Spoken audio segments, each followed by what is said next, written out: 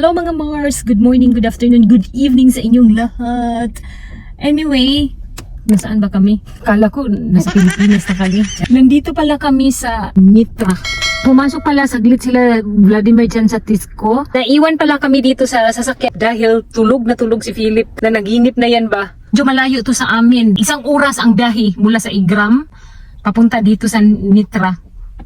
Ang ganda ko pala, no? Kapag nasa malayo yung kamera. Sana makarating kami ng maaga. Mamit ko pa yung mga artista dito sa Slovakia. Charis.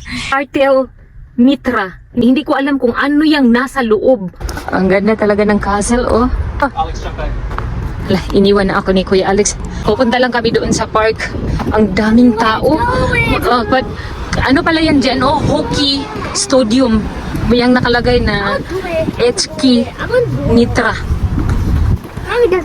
Ayan, may marami ng mga players na si pagdatingan na. Then ako na lang pala ang inaantay nila dahil ako yung best player of the year. Charis. Ito pa pala yung boss namin. Ako din ang inaantay niyan dahil ako na ako magdadrive kahit medyo malamig. Hindi naman negative ang weather today. Nasa positive 20 at napakaganda talaga ng castle na iyan. Yan ang castle na nasaag. Joke lang.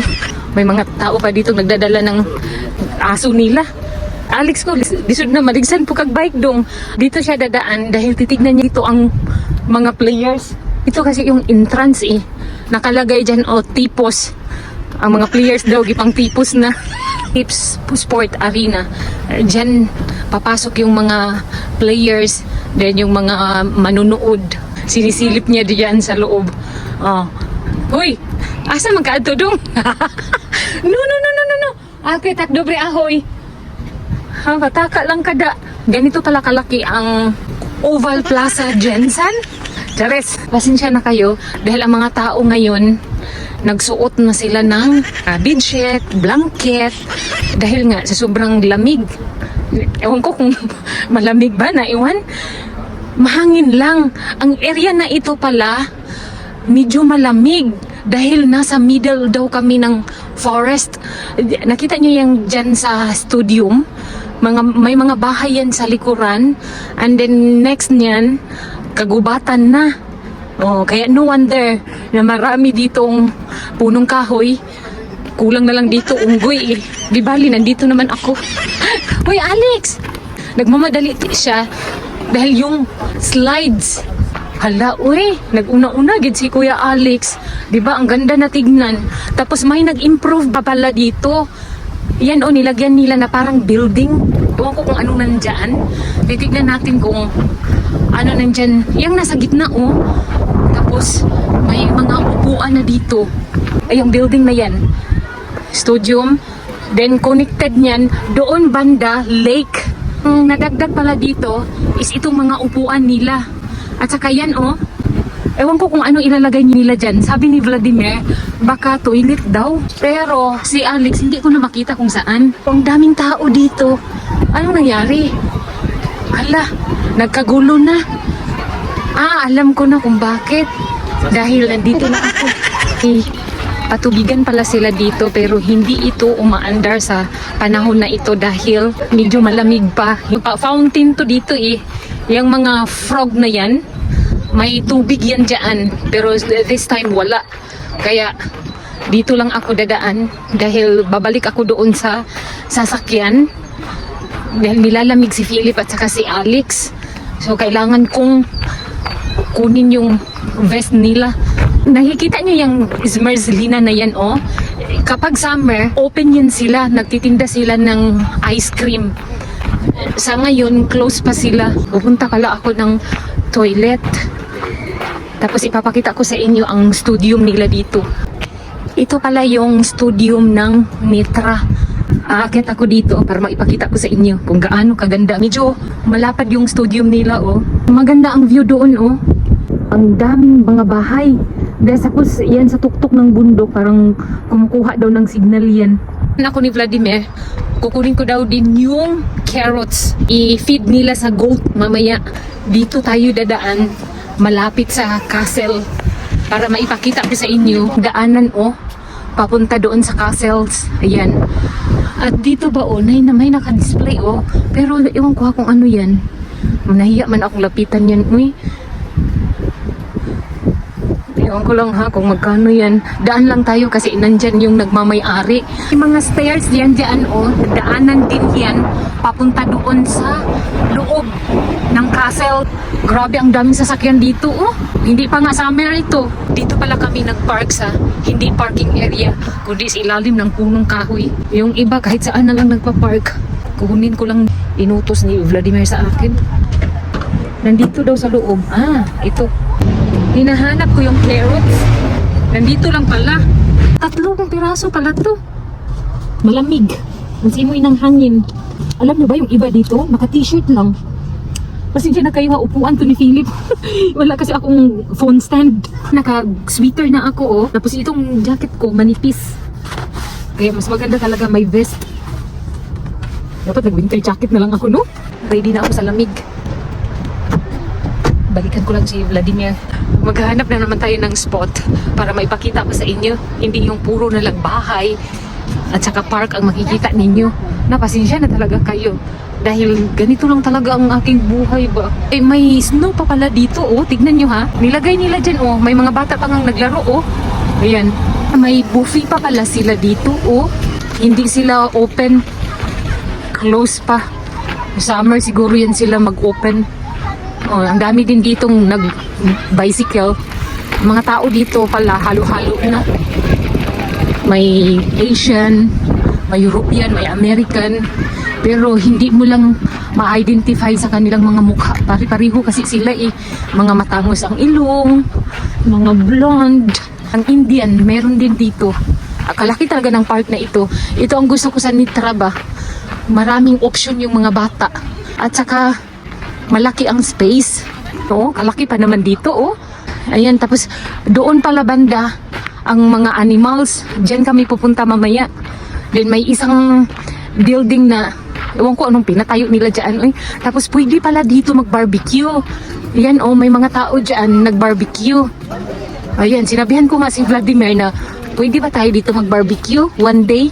Sabi niya sa akin, oo daw. Pero ewan ko lang. Ayan may mga nagbanding-banding. Parang Pilipinas na rin ito Na-miss ko tuloy yung Oval Plaza, General Santos City. Pero mas malaki lang ito. Meron din dyan laruan ng mga bata. Tapos may coffee shop. Din marami ditong namamasyal na may kasamang mga aso. Dapat bawal ang aso dito, no? Hindi maiwasan na tumai. Ay na lang. Sa bagay, open park naman ito. Ang pinakamaraming tao, yung palaruan ng mga bata. Alam nga naman matatanda ang maglaro, di ba? Mards ba mindset? And pwede din dito mag-sunbathing. Nako, kung ako ang mag-sunbathing dito, pati kigol ko, lagom pa sa lubot sa kaldero. Dito na si Kuya Alex, pinasuot ko sa kanya yung vest. Ang daming mga bata, ano ba yan? Sumisingit pa Gina, can you do it? Agoy, nagkalisod mong kadong. Aakyat na yan siya sa itaas. Guna, hore. Kuya, hore. Okay, do it properly. Malipong kadong. Este. Go, Alex ko. Alex ko. Churubis. Baliktad man kadong. Go. This is good for you, Kuya. This is Velky. Nandito kami sa bench. Kumain sila ng snacks. Tignan niyo naman itong dalawang to. Hoy, Philip ko. Kinausap niya yung aso. Nag-aantay habang kumakain sila. Wala pa yung cousins ni Philip at saka Alex. Hindi na siguro sila pupunta dito. No promise sila kay Vladimir kanina Pero wala pa 4 o'clock in the afternoon na. Nag-sharing na lang sila ng food nila. Dalawa yan, naubos na yung isa. Ito kasi si Vladimir, sabi niya, antayin daw niya yung cousins nila. Iwala pa. Hoy, share, Philip ko. Okay, taklo bre. Give it to mommy. Philip. Mga batang to Napagod yan sila. Enjoy talaga yung mga bata, no? After maglaro, may snacks ba? Pero may sandwich din ako doon sa bag. Sobrang dami ng tao dito sa park. Gikabuhi ko eh. Para akong nahilo sa kanila sa ingay ng mga bata. Left and right. Ba, okay lang to, maraming tao dito. At least hindi mabaho. Kanya-kanyang amoy ng perfume. May naamoy akong Chanel. Socialin. Nakakaloka ang mga perfume nila. Mag-feed na pala kami ng goat. Kasi alanganin na sa oras. Uuwi na kami maya-maya. Hinahanap na ni Kuya Alex si Vladimir at saka si Philip. Asa na kaya yung dalawang yun? Inumin na tubig ata sila dito, oh. Ang kagandahan lang dito, bawat corner may mga basurahan. Kuya Alex ko tam. Ito ba, oh? Magiging shock siguro ito. The goat. Na parang hindi pa ata ito tapos eh. Pero magbubukas yan ata sila kapag summer. Nandito, ang daming kambing. Isa na pala ako dyan. Joke lang. Do you want the carrots? I got carrots here.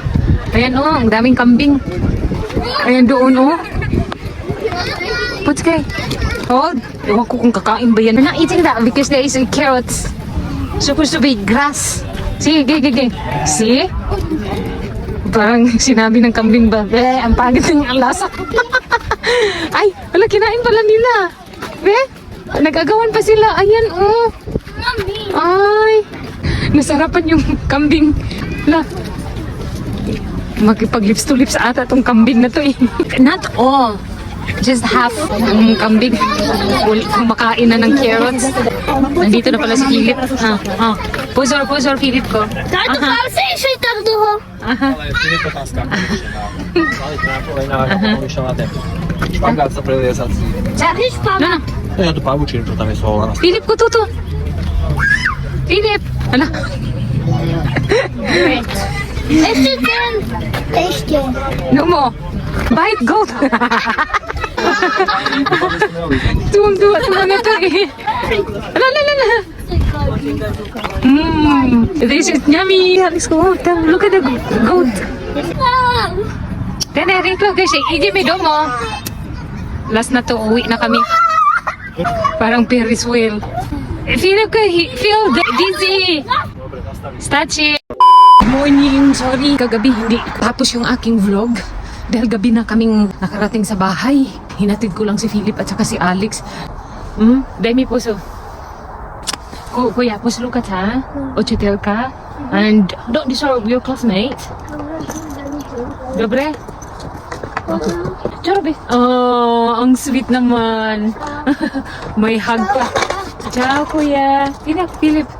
Nandito na pala ako sa bahay. May papakita ko sa inyo yung binili namin sa online. Yung plants ba? Ayan oh. Mga fruits ito.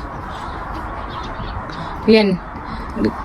Ewan ko lang ha kung ano itong malaki oh. Nakalimutan ko eh. May sinabi to si Vladimir sa akin. Ang nakalagay dito, ewan ko. Ito yung mga raspberry. Yan ay pink. Tapos yellow ang color. Sweet juji daw. Alam nyo ba, mga sanga lang naman to ng puno. Ni Markot lang nila ba? Bago kasi siya bumili nito, nag-research muna siya. Ito daw yung pinaka-healthy. Arunia. Kaya hindi kami bumili ng blueberry. Yan ang binili ni Vladimir. Baka sa summer nito, mamunga na yan na siya ng milyones. Chares. Kaya dito nilagay ni Vladimir dahil may shadow dito ba? Hindi masyadong sintro ng araw.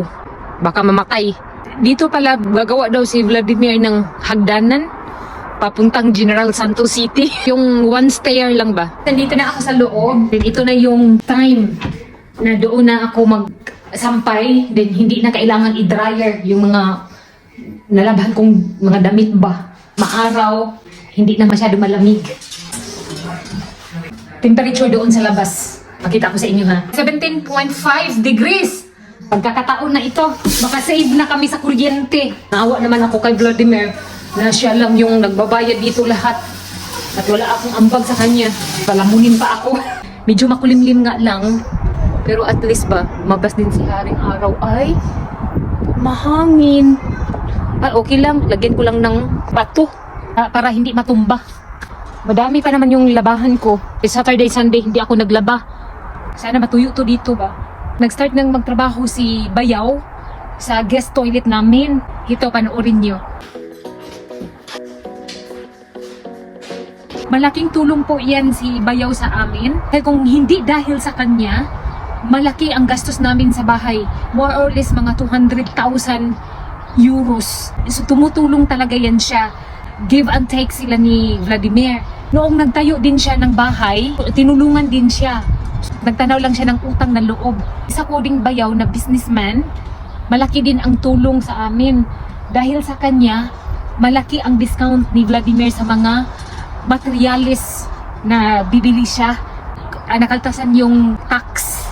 Always talaga akong nagpapasalamat kay God nang dahil sa kanila, nabawas-bawasan yung gastos namin. Pero nasa 100,000 euros pa rin ang nagastos namin sa bahay na ito. Kahit na mukhang hotel kasi straight lang. Wala talaga siyang view. At least, hindi na kami nag-rent. Mortgage namin sa bangko, yun na lang ang kailangan naming bayaran. Which is, nabayaran na ni Vladimir every month. Noong last week, pumunta Bayaw dito para tapusin niya ang kanyang trabaho sa guest toilet. Pumunta na sila dito kasama yung mga anak niya. Doon ako sa room namin, sa wardrobe ba. So syempre, sa hina ng katok niya, hindi ko narinig. At the same time, may kausap din ako na taga Pilipinas ba, isa sa mga kaibigan ko. Wala daw nag-open. So tumawag siya kay Vladimir. Yung time na yun, si Vladimir wala din dito. Humingi daw ng tulong si Bianan kay Vladimir.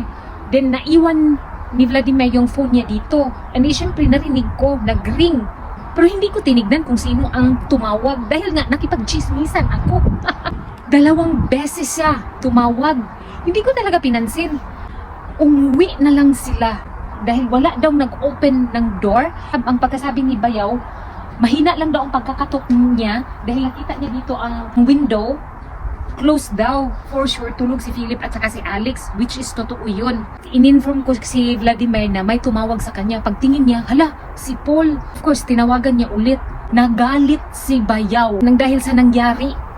Alam niyo ba, nakarma kami. Noong Sabado, tinawagan na ni Vladimir kung pupunta ba dito si Bayaw. Ang sabi niya sa amin, hindi kasi may gagawin pa ako. The next day, ganun din. Kung pupunta ba siya dito. Yung sinabi na naman niya ulit na, hindi, dahil busy ako dito sa bahay. Nahiya ako sa aking ginawa sa kanya. Then pati si Vladimir, nagalit siya sa akin. Ipakita ko sa inyo kung ano dapat ang tatapusin niya dito sa guest toilet namin. Yan. Hindi pa ito natapos ni brother-in-law. Then si Vladimir na daw maglagay ng sink at saka yung bowl. Same color sa bathroom namin.